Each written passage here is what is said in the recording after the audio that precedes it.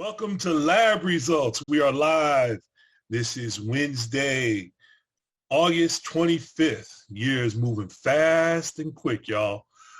Tonight we have a great session that we're going to have with two of our brothers that were at our session on Monday.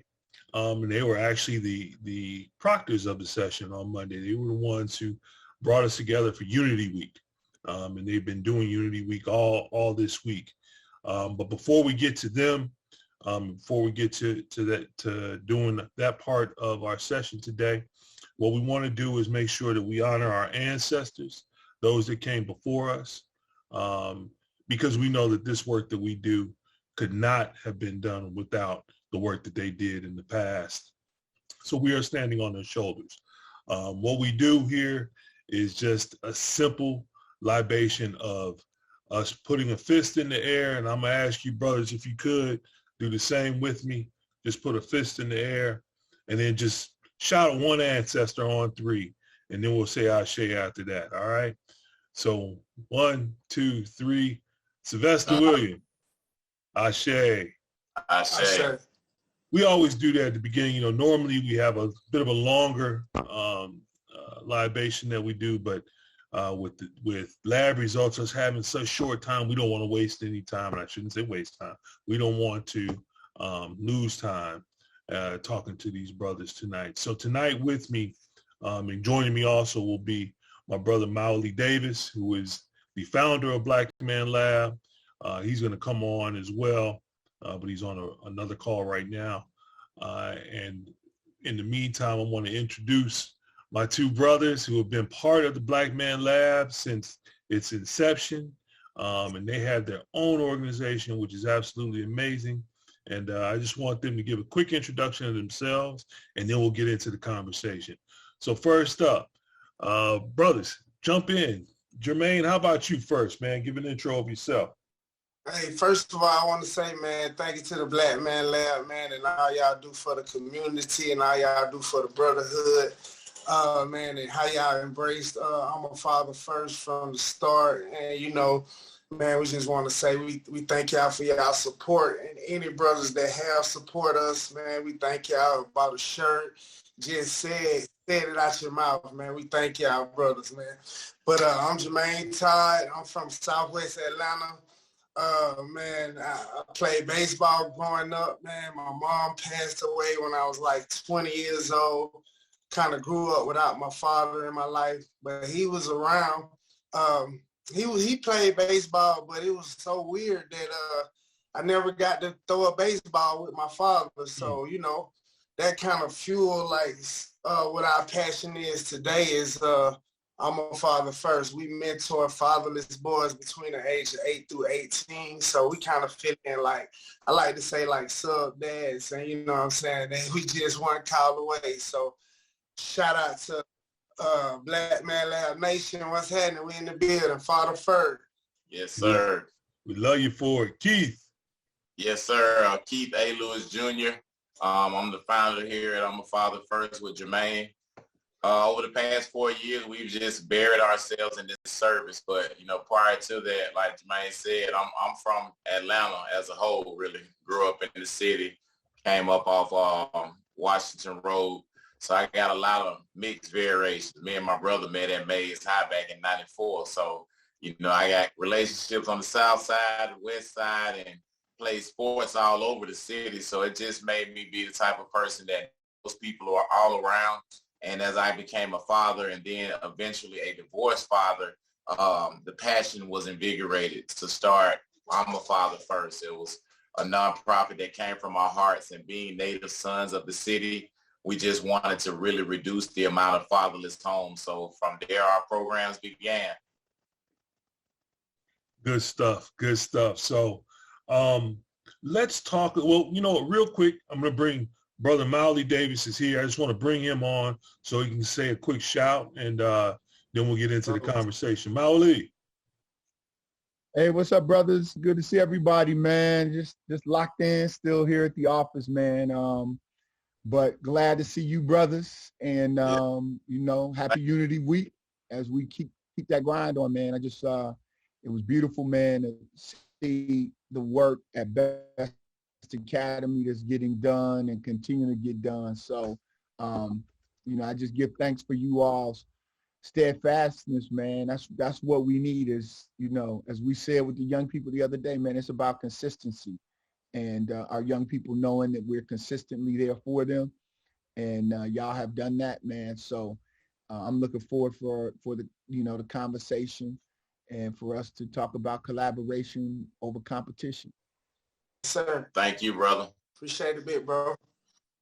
And yeah, and on that note, let's talk about, first, let's talk about what got you guys wrapped around the thought of creating Unity Week and specifically collaboration over competition, which was, the underlying theme.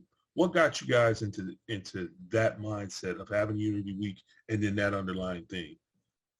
Yeah, well, it was funny, man, because my personality, I'm a very, bullheaded and laser focused leader, right? So never noticed, Keith. Never noticed. Right? So for me, it was funny, right? Because I think all people with my personality feel like there's nobody there with them. And a lot of times, as my brother had to correct me, is because you're not letting people be there for you in the way that they know how to serve. So it started from a place of knowing that collaboration was needed, but not knowing how to get it. So, I mean, it's really just grown from the first year being a prayer breakfast that you guys participated in, Black Man Lab on Monday, and then partnering with Atlanta Public Schools. And then now in year 3, man, last year we partnered with Ford and B103 with what we were doing.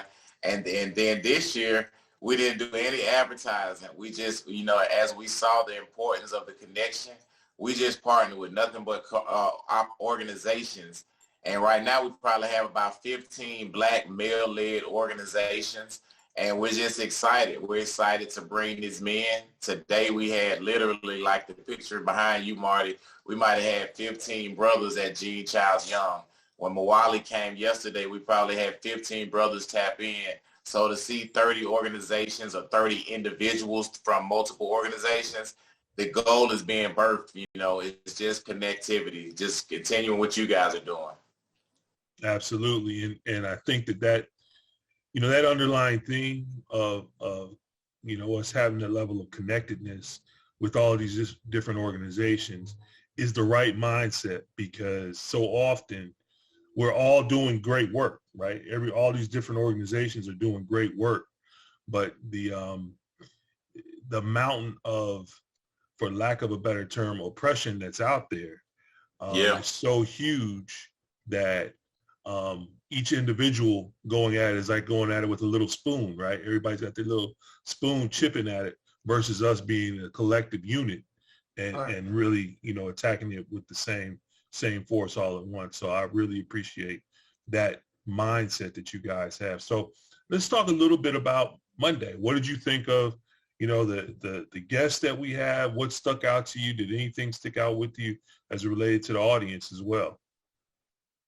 Well, what stuck out to me is those brothers are really in the community doing that work that they said they were doing, and it was special that the dude came from New York and he was doing a lot of stuff and just showing the difference in how the YMCA act up there and the YMCA treat us down here. That was kind of funny to me, you know what I'm saying? Yeah. Because I always New York, they kind of move fast, kind of mean, and we just like the Southern hospitality, and that's what we should got to get back to, and that's why we trying to bring unity to our youth and collaboration, because it's a lot of division within our race and within our people, and we just don't know how to connectify those and unify and make it greater. So that's what we trying to push this week.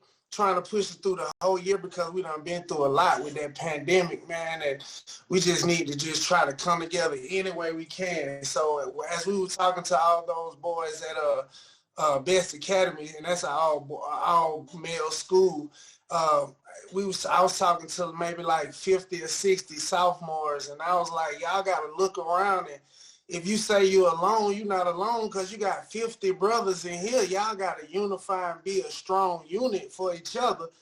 And you just got to really tap into that, to yourself, to be able to accept another brother and be able to listen to him and be there for him.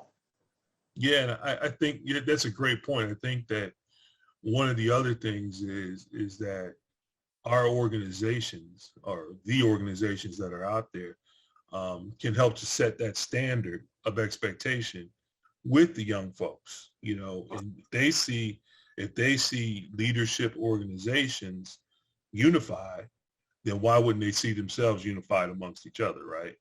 So I think that that's a great mindset. Talk about all the different activities, Keith, if you can, that you all have done so far this week and what's left. So Sunday we kicked off with a virtual kickoff. That was cool. We had Mayor Felicia Moore on there. Mayor candidate Felicia Moore, City Council President. And then we had Erica Mitchell from the Board of Education. So I thank them because, you know, that City Council connection and Board of Education connection, that's what's elevated us, you know, connecting with the actual municipalities that are in place. So I was excited for them to be there. A lot of people say they're going to be there, but Ms. Moore was on there 5 minutes early. She listened to our youth that spoke, and then she responded. And it was just incredible to kind of just see that type of leadership there. So we had a lot of other community leaders on. It was incredible just hearing everybody's excitement for this collaboration. Then come Monday, we did Black Man Lab with you guys. You know, that's like the kickoff for us, you know, for Black men to come to that space.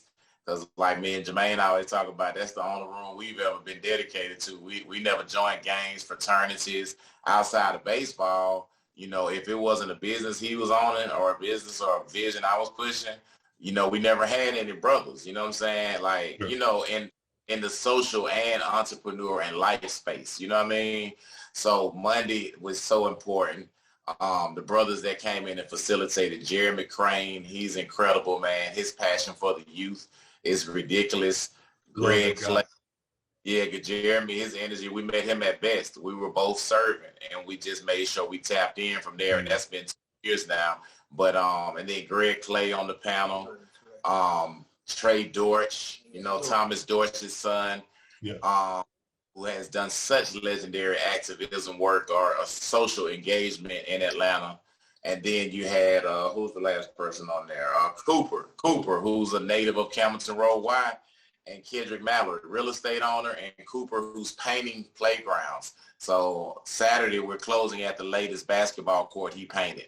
Then Tuesday and Wednesday were both youth entrepreneurship camps. Best Academy. Best was real nice. It was ran by State Farm. Shout out to State Farm. Man, they brought out a lot of agents to talk about community transformation, ownership, financial. You know, it was just super dope for them to be able to come out, take out their business on the Tuesday to come talk to the young men.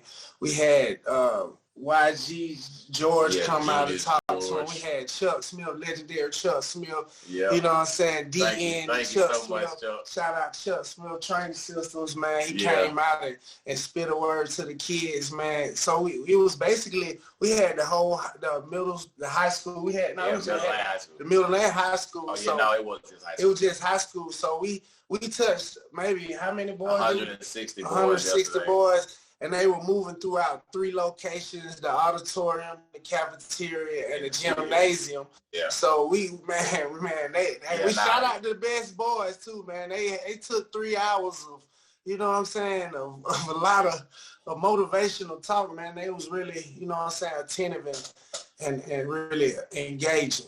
Yeah, so the school's been good. Dr. Jones has been credible over there at Best. And then, so we did Tuesday there, and then today we had Gene Childs Young. Yeah, crazy. But we couldn't even do it. As soon as we about to start, they had a bomb threat. I saw that. I forgot. Yeah. It's crazy. So, you know, thank God everybody's okay. But, man, we had volunteers that didn't get out of there until 2 hours later because if you parked in the school parking lot, the police went. And it's crazy because, you know, we started our concessions company and we feed the Atlanta Dream now.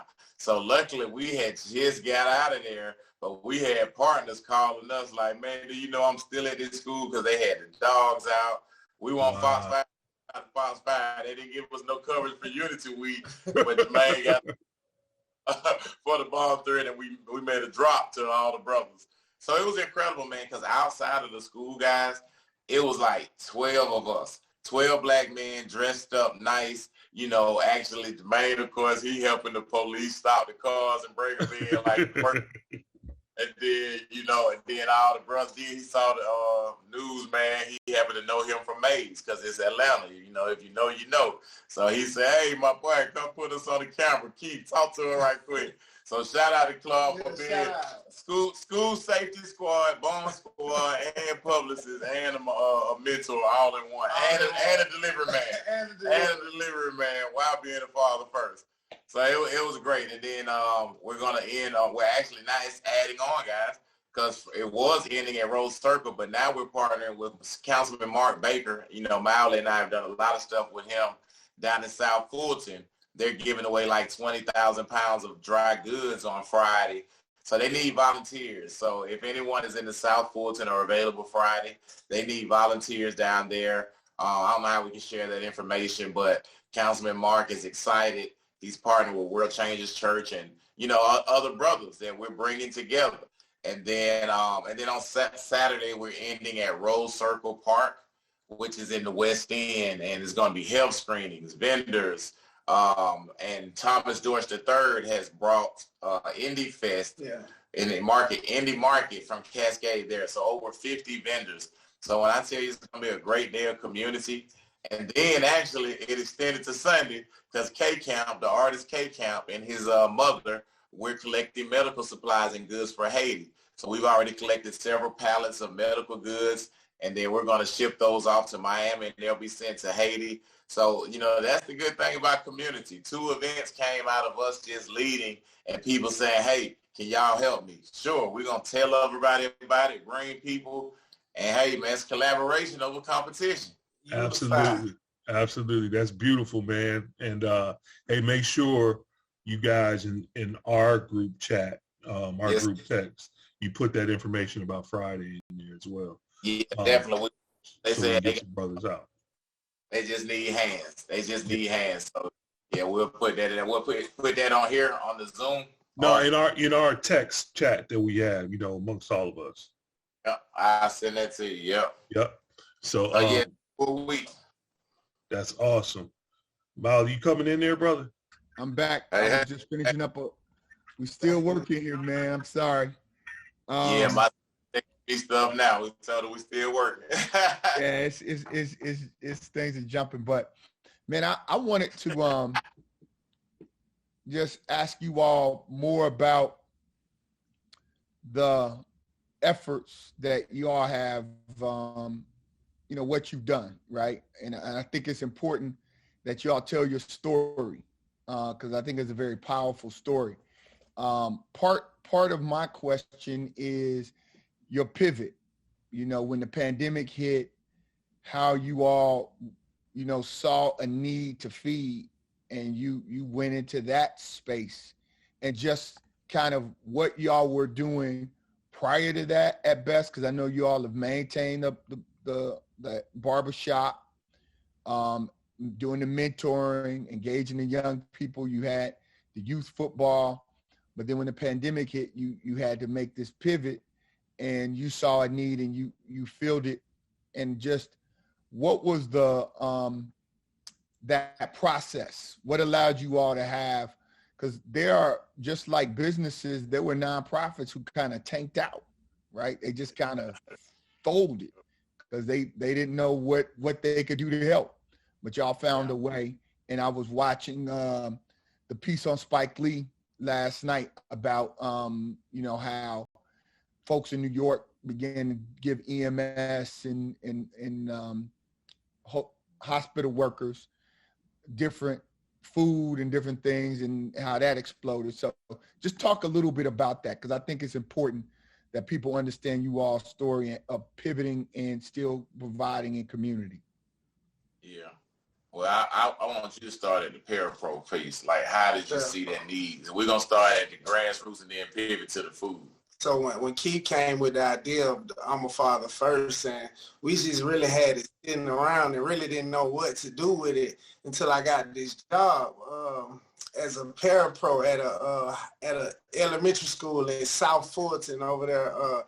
What was it? North Cut Elementary, man. Shout out North Cut and Dr. Howard for giving me an opportunity. Even though I had 2 masters and I was, you know what I'm saying, I was overqualified to be a parapro, but since I haven't took the Gates test and all the politics, that I couldn't be a regular teacher. So, you know, I ended up taking the job without even knowing how much I was getting paid. And then one day I'm sitting in the car with my wife and she the lady called and I said, how much am I getting paid? And she was like, around about $1,200 a month. So guys, you know what $1,200 a month will do for you? Really nothing. Probably won't pay but maybe 2 bills. So I almost instantly started crying then. But some said, go on to take the job. So I took the job. And I had to be the crosswalk. I was in the crosswalk. I was in the morning announcements, doing the dab. So I just became a celebrity at this elementary school, man. So, you know what I'm saying? That $1,200 felt like I would get paid $5,000 a month. So I just became a celebrity at the school, and I just really started loving on the kids. And I was like, man, this is really something I like to do. And I seen some boys that were really disruptive in the class, and I kind of studied them and was like, why they acting up so much, man? It was the ones that didn't have no haircuts, shoes was all holy, they didn't have good hygiene. So I was like, man, let me call Keith, because Keith was already doing stuff with Ezekiel Elliott, doing amazing stuff with his branding, had all the athletes on file. So I'm like, let me call, bro. We got Father First in the cut. So I'm like, hey, bro, we need to call some people, cut some of these boys' hair and buy some shoes. So after I call him, he can take it from there, because you know what he did. He made 1 call, 2, 3 calls. That's all. Yeah, so it started like, that's why I wanted Jermaine to start at the beginning of it, because if he wasn't obedient to take that job, this wouldn't be here. You know, the name came from my personal pain, going through a divorce, driving 10 hours, 5 hours to and 5 hours back. And one time I got a pistol pulled on me by the uncle of my ex-wife. And he like, boy, you got to get the hell on. So, you know, imagine me driving 5 hours back, and y'all know my hot-headedness. So I'm hurt. I can't even respond in a negative way. I'm just crushed. So I remember being on Facebook and saying, no matter what, I'm a father first. So the name was birthed from that pain. And then because I was doing branding and apparel for the athletes, we had just done a lot of money in merchandise sales for Ezekiel. So I said, man, we could just put it on the shirt. I saw Zeke make $102K. I'm like, we can put it on the shirt. We ain't gonna trip on nothing else. So I did a shirt, and, you know, Jermaine, you know, he was like, bro, that's ugly. Let me change it up a little bit. He liked how I did it, so he put the block on it. Just simple changes, so the collaboration was always there. Simple changes took it from pain to a passion at the school to a profit through a product, and then birthed the passion. Because this is my second nonprofit. My first nonprofit was when I came home from prison. I was working with ex-offenders. So I knew you got to get to grants. I had an intel on 501c3s, but I had no idea what was about to take place over these next 4 years, whatever happened. So from the school paraprofessional to us now cutting heads, man, we ended up going to Best Academy and cut over 2,500 heads. We ended up becoming the go-to guys for barbering, and that's when God just really hit me. He said, man, look how I promoted you. You're not a barber, but you're the go-to vendor for Atlanta Public Schools, right? So then I knew anything was possible. You know, I was just like, oh, man, it's crazy. So they gave us like $1,000 for doing a barbershop for the whole year. So it wasn't never about no money. So it's funny when people accuse us of anything about money, because that $1,000, brother, we thought it was that $10,000. Like, we were just happy they respected us enough to give. You right? So then come the pandemic. Bro, like, we literally had just got a check, guys, in Black Man Lab Nation. We had literally just got a check for $3,500 to cut 4 high schools' heads for prom and graduation. we were just excited for the opportunity to cut about 200 heads. My barber charged me 80 by myself. So 3,500 was just literally a love offering from Atlanta Public School to do this. Right. Then boom, the pandemic hit. We can't cut heads. So our biggest fear as a grassroots organization was, do we have to send this money back? That was our biggest fear. But they were like, nah, for all y'all service, y'all keep that. But we're going to see how we can get y'all back going. Man, a lady tagged me on Facebook, guys. A lady tagged me and said, anybody know families in need of food? And tagged me. So I called the principal, starting with Dr. Jones and these principals, and said, hey, we got some meals. Do you mind if we feed some of your children? So the next day, we go to 3 families, right? Because I hadn't even called Jermaine yet. I'm just going. Y'all know me. I'm out the door. So I served the families. Of course, he see me on social media. He called me. He like, bro, what you doing? And I say, well, we feed. You coming out tomorrow? And there you go. So I'm coming out. So once we fed those families, I think the superintendent, we had did so much good work inside the school. The superintendent just was loving what we were doing with the boys. And she called Keith and was like, Keith, y'all need to stop right now. Cause y'all might kill yourself or y'all might get killed by this COVID. We didn't know how serious it was. And they were like, this is really serious. And she was like, y'all got to stop. We were like, man, what else we got to do? We can't really stop. We really like going in the car, putting the food out, and going to see their family smile. That's kind of made our day. So these right here. These meals of love. So we like, man, we love pulling up. So once we did that, she was like, well, let me give y'all $25,000. So picture this, guys. We went from that $3,500 check to $25,000 from Atlanta Public School. From the 1,000 to the 35 to the 25,000. Right. And I went to Atlanta Public Schools, and it was just crazy going to the school system that you went to and getting $25,000 from them. You know what I'm saying? And he got kicked out of Atlanta Public School. He got kicked out of Atlanta Public School, but we still receiving it. You see how you can change your life around and still be positive and become something great.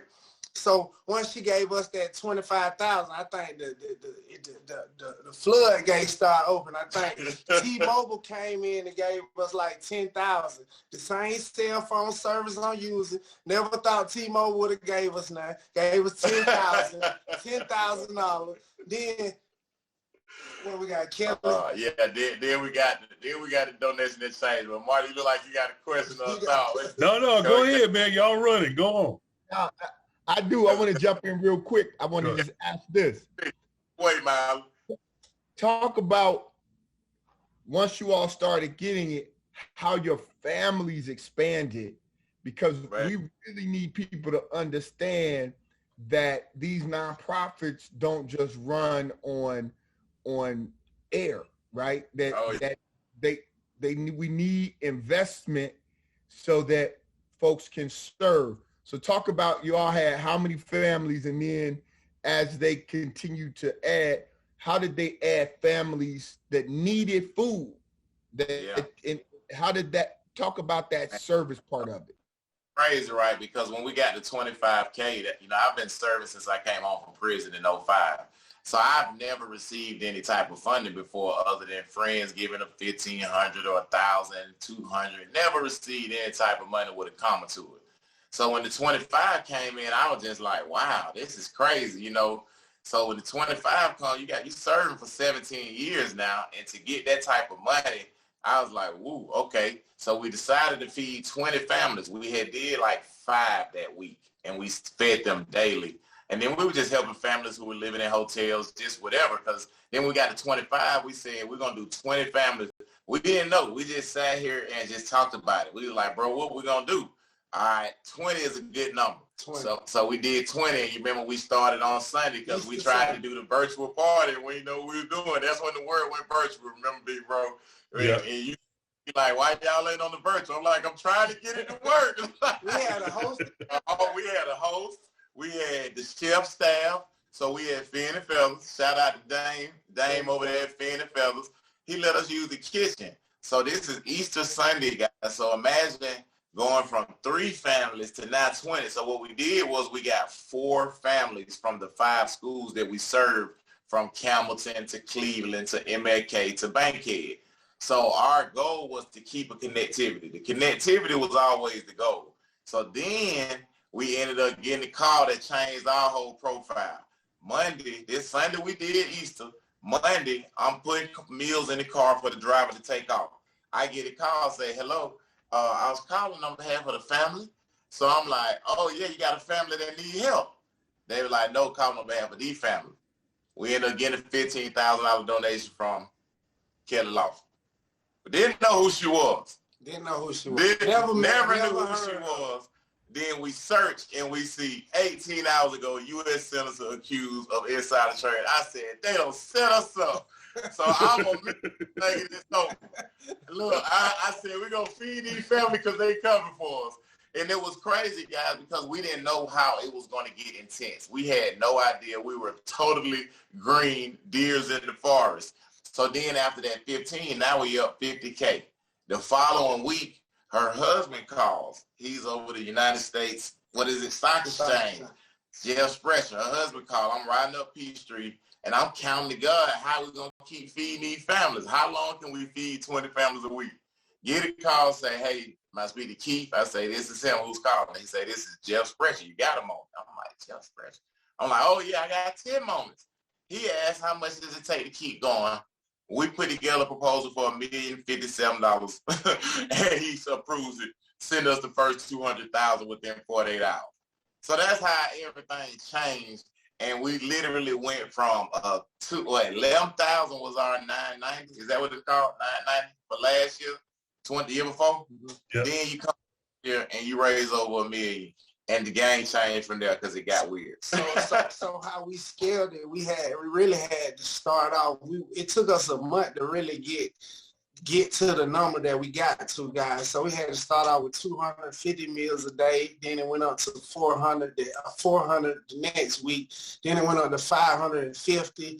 Then it went up to 700. And then we totaled out at 1,400 meals a day. We never did food before. We had to hire like 41 people. We bought like 4 vans. We had a system. It took us about maybe 3 weeks to get the system together. We both had to ride in the vans and get the routes down. So we were serving 2 assisted living homes with about 100 meals apiece. Yeah, 110 meals. I at first, when we didn't have all the meals together, I used to have maybe about 30 meals left. I used to feed the whole community up the street from where I stay, all the homeless people in the hood. You know what I'm saying? When I used to pull up, oh, Meals of Love, but you got that meatloaf today? No, we wasn't feeding them no sandwiches. We had that meatloaf with that sourberry steak, with that shrimp. You know what I'm saying? So this is an example of a meal of love right here, because now we're feeding that Atlanta dream, guys. This is what we was feeding the hood. Chicken, asparagus, mashed potatoes. So, the same way y'all feed us at Black Man Lab every Monday, we took that same recipe and we scaled it. So y'all, it's on y'all now. One more question. Talk about how some of these families, when y'all pull up to somebody's house, man, and they see y'all van with Meals of Love on that van, and I'm a father first. How were the children and the families responding? So he got a lot more stories. I'm just telling one because there's a reason. This is one of our kids at Gene Child's Young Mother, who we're going to sponsor for meals because we just got a fresh donation. We're sponsoring 5 families, and she's going to be one of them. She's an APS employee, single mother of 5, 4 APS students. She brings her son to everything we do, every workshop. He's respectful. He says, Mr. Keith and Mr. Jermaine, this program really changed my life. And you be looking at her like, what? Because you just floored by this stuff, right? Because kids don't lie. You can't make kids lie. So his mother texted me. I sent her the video testimonial of Jatan Robinson, one of our high school classmates who we fed during the whole pandemic. And she's an APS employee. I sent her the video, and she said, this video brought tears to my eyes because I can definitely relate. But so happy to see and have you. We need more men be like yourself and the other guys. Y'all keep doing y'all thing. Y'all have all my support, love, and consistency. And that's all she's ever shown from the time we met her. But I'm sure you got some really heartfelt stories because Jermaine I got some real story because, you know, I told you I probably put in about a month worth of routes, and I got to know the families. I got to know the routes. Well, I ain't even need the paper no more. I just get in the van, and I be hitting, and I pull up, I honk the horn. I know what Mr. Smith doing. I know what Mr. Tucker doing. I know when the little boy, you still sleep? But I'm like, boy, you still sleep? But it's like 1 o'clock in the afternoon. But I'm like, boy, you got to get up and do something. So it was like, we had four or five drivers, man, and just did the same route every day for 4 months.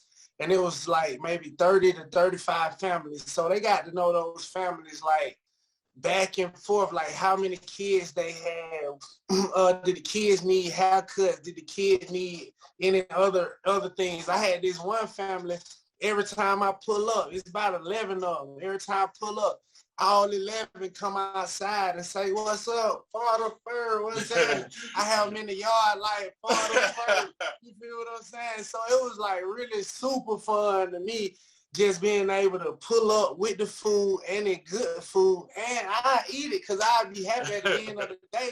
I have me some meals, couple meals, you know, I ain't have to cook because I'm a bachelor now, you know what I'm saying? I'm a wife.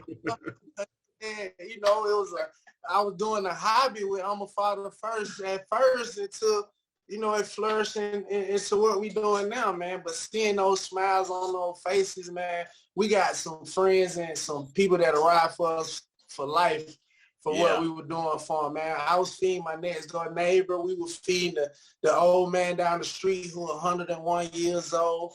We were feeding the lady that was 88 down the street. We were feeding the other lady who was just like, man, these meals are so delicious and nutritious.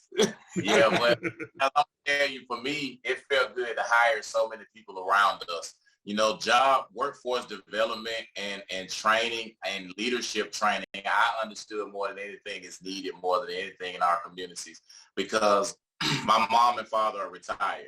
My dad and my mom drove during the pandemic. My mom was even jacked up her car on Campbellton Road at knife point by a 19-year-old boy, taking my daughter to get her hair braided. She still got in that van at 70 years old and rode with my father, who they've been married for 41 years. So while people may, you know, judge where our source of blessing was from, you know, the people that were impacted, including my family.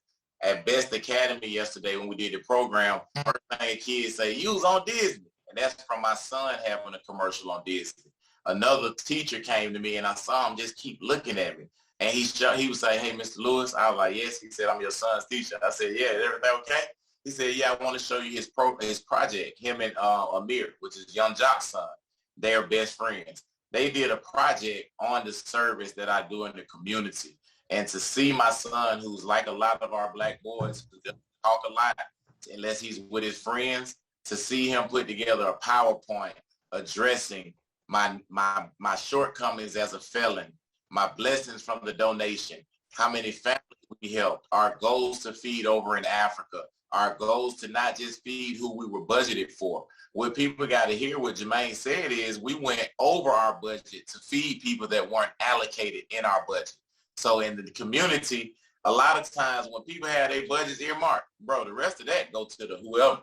But we hired way more people than needed. We gave away college scholarships. We helped families with bills. I mean, my friends told me I thought I was MC Hammer of the nonprofit world because as much ostracization, if that's how you say it, came at us. I honestly felt almost tripped out into doing more than what was already on my heart. So it's a whole nother conversation behind the reality, guys. But we just want to thank the community that let us serve, because now as we're going back into funding, that's why we got those meals. Renee Montgomery, who ended up buying the dream from Kelly Loeffler, she said, Keith, bro, tell me what's going on. I told her what's going on, and she hired us to deliver meals. We haven't had any other contracts other than Andrew and Walter Young, YMCA, and the Atlanta Dream. So the community is so important. Everything we do, it has to be fueled by the connectivity that we're bringing together, guys. So we really want, aside from the excitement of something that's unreal, we really want to be able to scale this. We want a Ford truck from our service. Go ahead, Martin.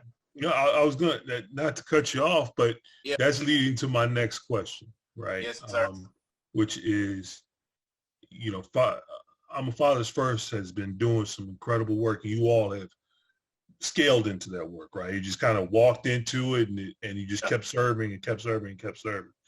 One of the things that I know that we deal with at Black Man Lab is looking to the future, right? What's our ultimate goal, and what's going to be in the next year, the year after that, and the year after that. So I'm going to ask you guys that. What do you see for I'm a Father First down the road, these next couple years? Where are you planning on going? How do you look to serve further? Yeah. I definitely see us going. We're working on our membership page, our chapters. We'll definitely want to be nationwide, just not Atlanta based. Maybe have chapters Mississippi, Oklahoma, just different places where the same thing is needed. Definitely impact a lot more kids than we do, and pretty much have a big building where we got all the things that we need under one roof, as far as being able to have a kitchen in there, to being able to still feed the community, have a training facility with turf and be able to train the kids on healthy and physical living, being able to have computers and laptops so they can do SAT prep and work on coding and doing all those things, and have a workshop where they're being able to use their hands and learn wood shop and all those things, that to be able to make skills, to be able to do skills that will always be able to make them money using their hands. Yeah.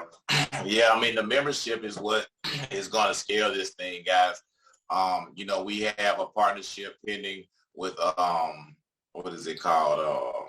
Trio through, what do they call Upward Bound. So they're a nationwide program. So like one of our volunteers today, Miss Riosha Bush, you know, shout out Miss Bush. She brought that feminine energy that we needed to make sure everybody had name tags. We had their name emails, that organizational that we need. You can't just collaborate and you can't bring everybody together and don't know who put the tires on and who put the trunk on. You know what I'm saying? So we're looking at, oh yeah, I thought you had a question. Yeah. No, go ahead. So like for me, the membership, our members pay $250 annually. So like the brother just came over here today. I was looking for the membership card and there's cash over here. Now people come over just because of the trust from, you know, proclamations and community awards. You know, y'all guys got them lined up for 20 years of service.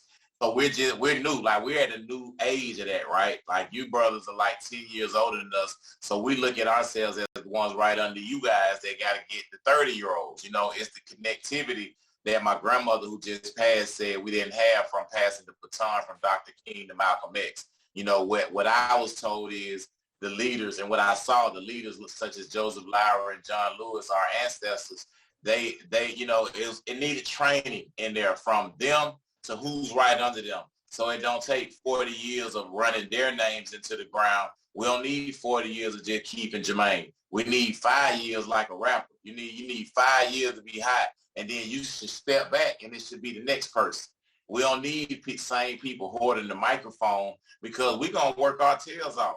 Because we got a plan to kick back in 5 years. We want to be able to do philanthropy across the world. That's why starting this Haiti thing was so important.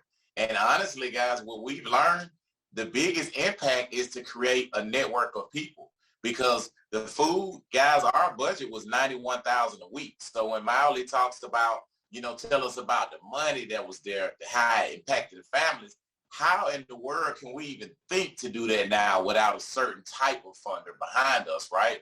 The only way is by people donating the meals, donating their time. And what happens in our communities is everybody's oppressed and everybody's under-equipped financially.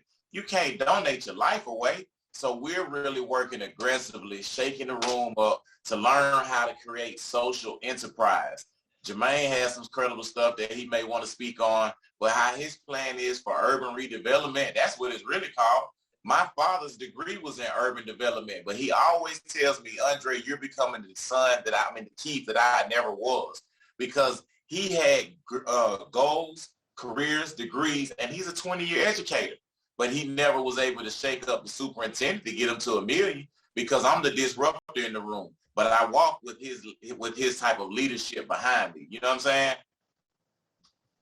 That's great stuff, man. That's great stuff. And you know, you mentioned something there that I think is super important, and that is part of what our organizations have to do is be ready to pass that baton, right?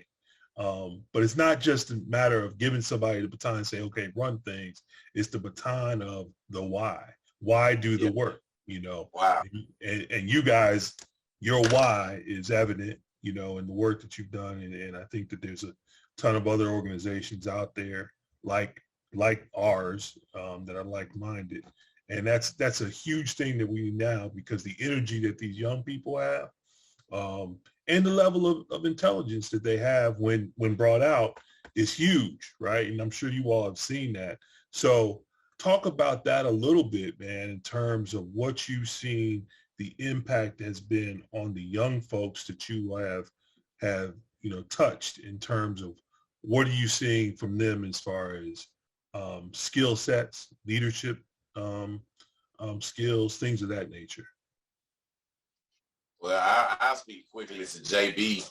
JB is a young man that's over at the YMCA with us. You guys know him. He's always there. He's a kid that I remember a couple of weeks ago when we were at the first in-person meeting. He said, yo, Mr. Keith, can you give me a ride home? And I'm going to be honest, my first brain looked at like, well, I'm 5 minutes away from the house. But I remembered who was asking me the question. And I looked at him, I said, oh, well, hey, yeah. You know what I'm saying?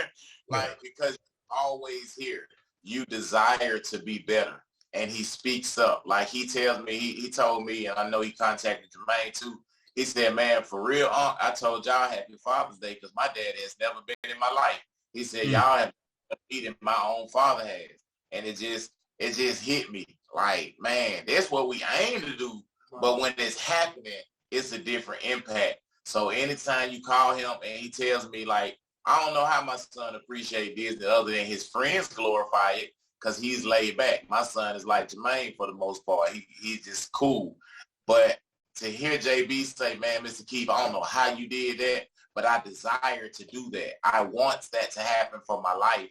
I say, man, as long as we can inspire everybody that you can get a truck from Ford, you can get $1 million, you can get on Disney, you can feed the same school that you were put out of.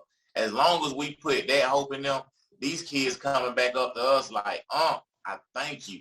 And that's why I always pay honor to Miley and yourself, especially Miley, because, you know, he's been open to listen to my sports dreams, to my nonprofit dreams. And that's what a big bro do. A big brother don't shun you down and just be like, oh, this is another thing he doing. He actually take the time like we doing. You're listening to us. And this gives us a chance to reprocess how we can interview better, how we can talk better, how we can scale this vision, and how we can impact people better. So these conversations are what's most important because the youth only see what we show them. Absolutely. Absolutely. Right. You can jump in, Molly? Were you about to say something? I have to, man, because when he started talking about Lil JB and just really hearing, it's about relationships, you know, and one of the things that we talked about in my maturation as an organizer has been, you can't ever give up on your brothers or your sisters or your community. Because what do you have if you do that? What's left? And you know, me and these brothers, we've had conversations at the office, you know, on the phone, on Zoom. Because I believe in your heart, you know. That's the thing. When you see somebody serving and you like, man, where do they get this service from?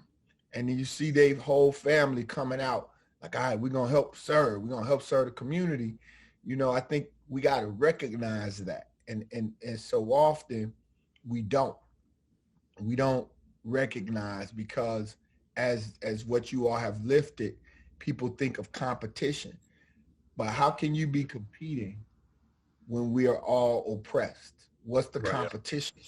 There is no competition in liberation work, right? It may be in the nonprofit sector, but that ain't what this is for. We're trying to build the JBs of the world so that they can believe, that it's possible, so that they can be the father that wasn't in their house, but the father they met through Keith and Jermaine and all of us at the Y. And so I just wanted to elevate that, man, because I think that sometimes we move past stuff when we need to sit on it for a second and be like, nah, this is important for people to hear. We can't give up on each other. We have to keep supporting each other and model for our young people. Because folk always talking about, but damn, ain't no unity in our community. Well, is it unity in your house? Is it unity in your family? Is it unity on your block? Is it unity amongst the people that you rock with? Because if you're not creating it, it ain't gonna fall out the clock, out the sky. You got to build unity. At the end of the day, is there unity in you? You have to start right here. Yeah. But I just wanted to put that out there, man. I appreciate you, brothers, man, because I've always felt like it's genuine, and I feel when y'all said y'all going the best, I mean, who could turn down showing up at an all-boys black school on the west side of Atlanta? Right. Right. Like you about this life of building young black men and supporting black men, and these brothers say, y'all come over here. Man, and I can't tell you what all I had to do that day. I gave them the strongest 10 minutes I had, but I was going to beat it. Because I believe in you, bro. Like you, bro. Like, you got to just show up. It's so many people, especially as we hit that big stride last year, people just call their agendas, bro. And just to see, I mean, honest with you guys and some real black man talk, I was happy for that phase of my life to be gone, because I'm such an adrenaline junkie. Once I don't felt that high, I'm ready to go to the next one, man. So I honestly felt like a Kobe, where he like, boy, you got to go shoot in the gym. And if it wasn't for my brother, this organization wouldn't even be here after last year. You know what I'm saying? I never knew what it felt like for a top player, when I worked with several of them, for them to want to give it all back because of the pressure, because no one else is stepping up to the plate. Everybody is on their heels instead of being on their toes. And last year, it developed so many relationships with me, with like Bud Dupree, who just got an $82 million deal in Tennessee. Because he said, Keith, I'm sitting there watching Disney with my son, and I see you. He said, I saw your son. I'm like, that's Lil Keith? And then you pop in, and he was like, bro, because he was there. We stayed at his house when we first started this, and we like got to go on the first time on a football field. So his access and his exposure, but our exposure to him. Another player we got, NFL boys, they going through falsely accusations of rape. He lost millions of dollars, Alexander Johnson. And then guess what? Now he's about to hit a $15 million a year contract, because when he was down, he was never down. He came and served with us at Maynard Jackson. I remember giving this man gas money to get home, and now he can feed the whole city. And it's just because we never give up on our brothers, man. So I just thank y'all for that leadership. When you pull up, bro, I be wanting to cry, because you be like, I know this man could be so many other places. I had 3 people come to me asking for you afterwards, and we don't realize how big our profiles get until it's just by somebody else saying it. You don't realize how much people are pulling on you from every direction. Can I talk to him about this? Can I talk to him about that? So it's just an example of your character and leadership, and then just loving us through our time to help us make sure we stay yoked, man. So we appreciate you on a whole nother level, bro. Yeah, definitely. Definitely. Go ahead. Y'all got to talk about these. I know Marty talking about the habits, rituals. Yeah. Just I'm gonna let you go ahead, Marty. Yeah. So, and I'm going to do that here in a second, but I just want to say a big piece of what you were just talking about there, Keith, is as stuff happens, as we're moving and organized, it's huge to have that balance, right? Like you got Jermaine, who, very level-headed, calm, and y'all, right. And hey, y'all best of friends, me and this dude, same way, and while we're two different cats, but you need that, you need that in your life to keep moving forward and doing especially this kind of work, man. So kudos to you guys again. Love y'all for that, man, and love y'all for what you're doing right now with Unity Week. Every week, guys, we talk about habits, rituals, and disciplines, the things that you do on a daily basis that keep you moving doing this work, whether there's a paycheck behind it or not. The stuff that keeps you moving and keeps you grounded and successful in what you're doing. So I'm going to ask you both, your habits, rituals, and disciplines. Whoever wants to go first. I guess I go first. Pretty much, man. My rituals is really just making sure I don't rush too many things at one time. So I just try to not be so anxious for a lot of different things, and just try to stay calm. You know what I'm saying? I pretty much I like a little edible sometimes,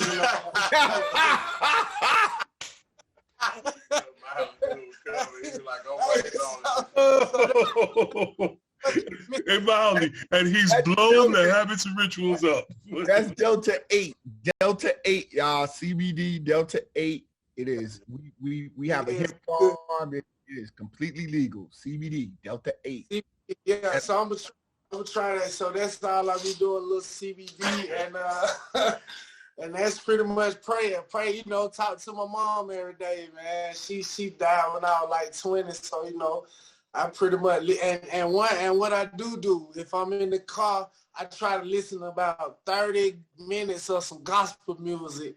I really don't like preacher is cool, if I like the preacher, but I like the music better. So I try to get that good Holy Spirit through that music in the car for about 30 minutes, so I won't have no road rage.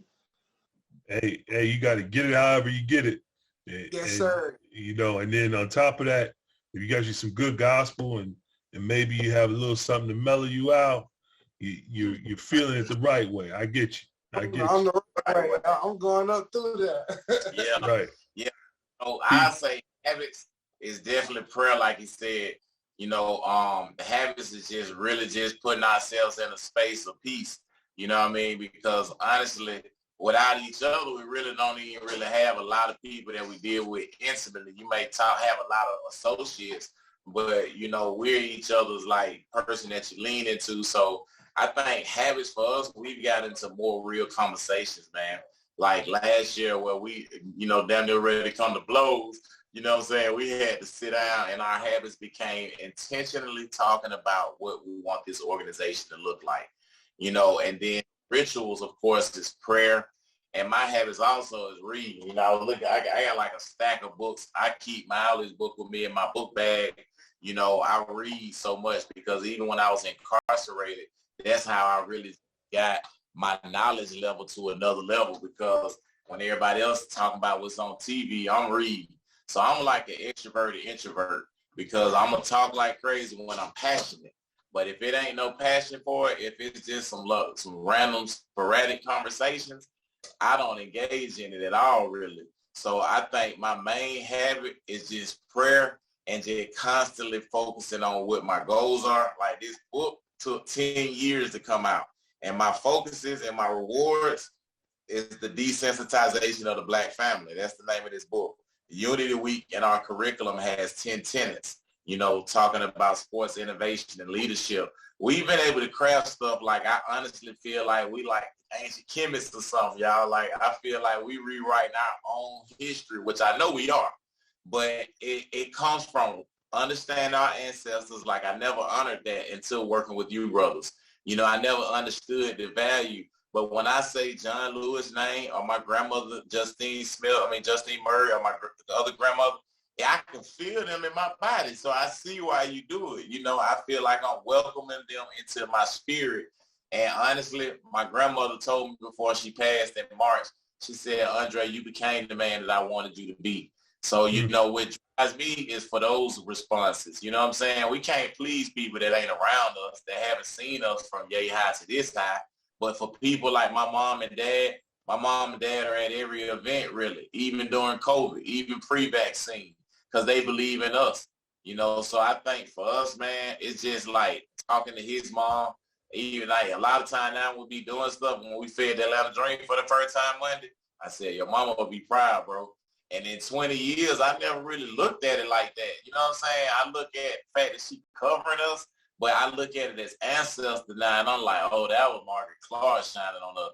Because I know what it feel like now, because I can feel my grandmother, you know? Absolutely. And that's so true. You know, I think that, you know, as we do the work, whenever I hear, you know, from my folks or my parents' folks, or like Mauli's folks, and they say they love the work you're doing, and you just like, okay, I'm doing something right, you know. Right. And you know those that came before them that are now ancestors and looking down and feel that same way, man. So I completely get that and understand it and feel it, you know, and it keeps you pushing doing this work.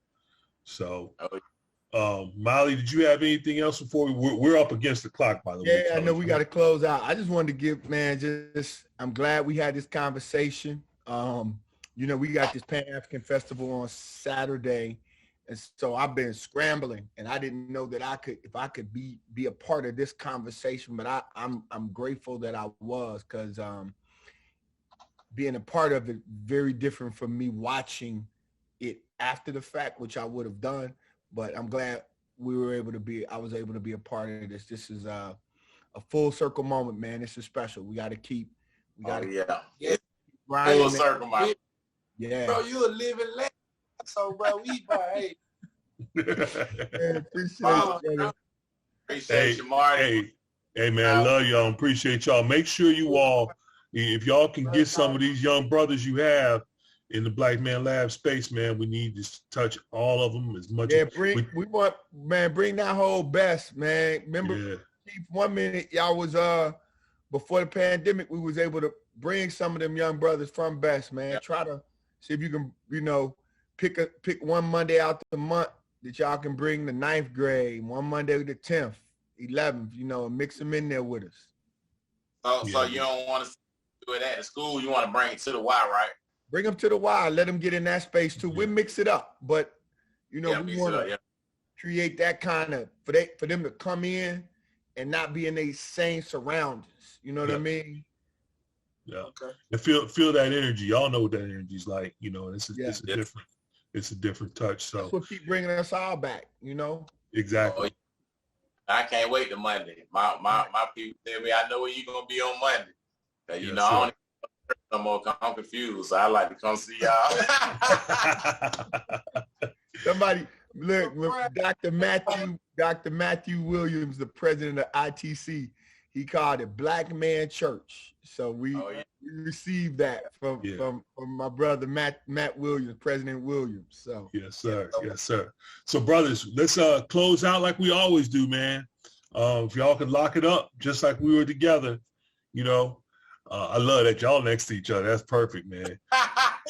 You're like, y'all lock it up for real. We out here fake with it, but you know the feeling, man. So if y'all could just repeat after me.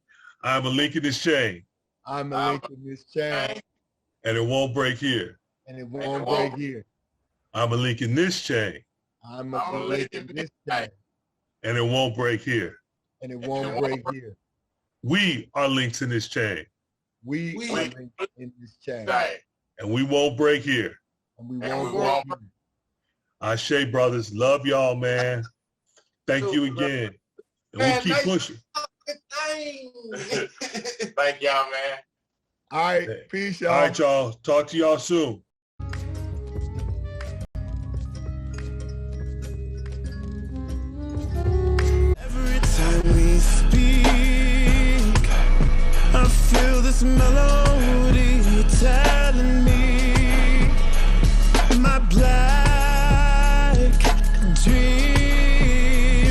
say